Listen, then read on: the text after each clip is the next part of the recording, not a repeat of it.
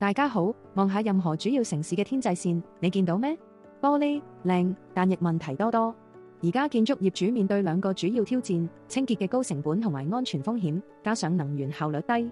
所有呢啲玻璃都會吸入大量陽光熱，佔據建築物冷卻成本嘅25%至40%。喺香港，超過2600座商業大廈都有玻璃幕牆，帶嚟龐大嘅能源同財務損失。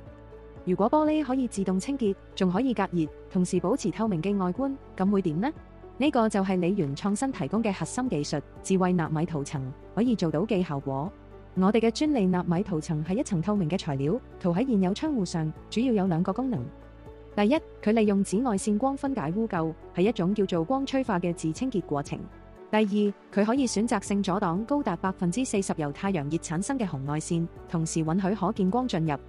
結果除咗大幅減少能源消耗，清潔頻率減少，仲大幅降低成本。不過，我哋真正嘅創新唔只係應用咗咩，亦在於點樣去應用。我哋透過獨特嘅機械人同人工智慧整合，改革咗整個流程，呢個係推動廣泛應用嘅關鍵。我哋嘅4步驟方法令我哋脫穎而出。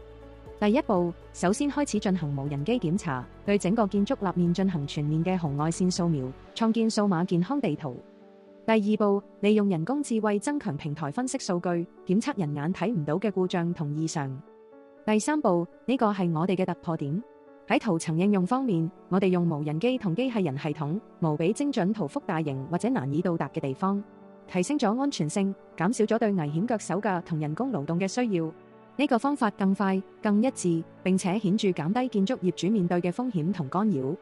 第四步，我哋進行最後嘅無人機掃描，做個前後評估，驗證實際效果。點解要揀理源創新？市場上嘅競爭對手淨係提供單一服務，好似清潔或者掃描，但我哋係唯一一間提供整合式整體解決方案嘅公司。我哋嘅機械人驅動方法已經取得行之有效嘅成果，整體能源效率提高10%到20%，清潔成本降低超過50%，並提供3年保養。最重要嘅係最大限度地提高安全性，並有助提升 ESG 評分。我哋已經成功完成多個大型項目，客戶包括香港政府、恒基兆業同九龍倉集團。呢項創新背後有一個世界一流嘅團隊，由全球頂尖2%嘅科學家呂林教授工程師領導，並得到經驗豐富嘅建築工程同無人機專家支持。技術喺中國同美國都受到專利保護。我哋嘅目標係將理源創新定位做亞洲帷幕牆產業嘅領導者。除咗窗戶塗層服務，理源創新亦致力於實現建築智慧化同安全自動化。理源創新提供一個更智能、更安全、更永續嘅城市建築解決方案。誠邀你加入我哋，多謝。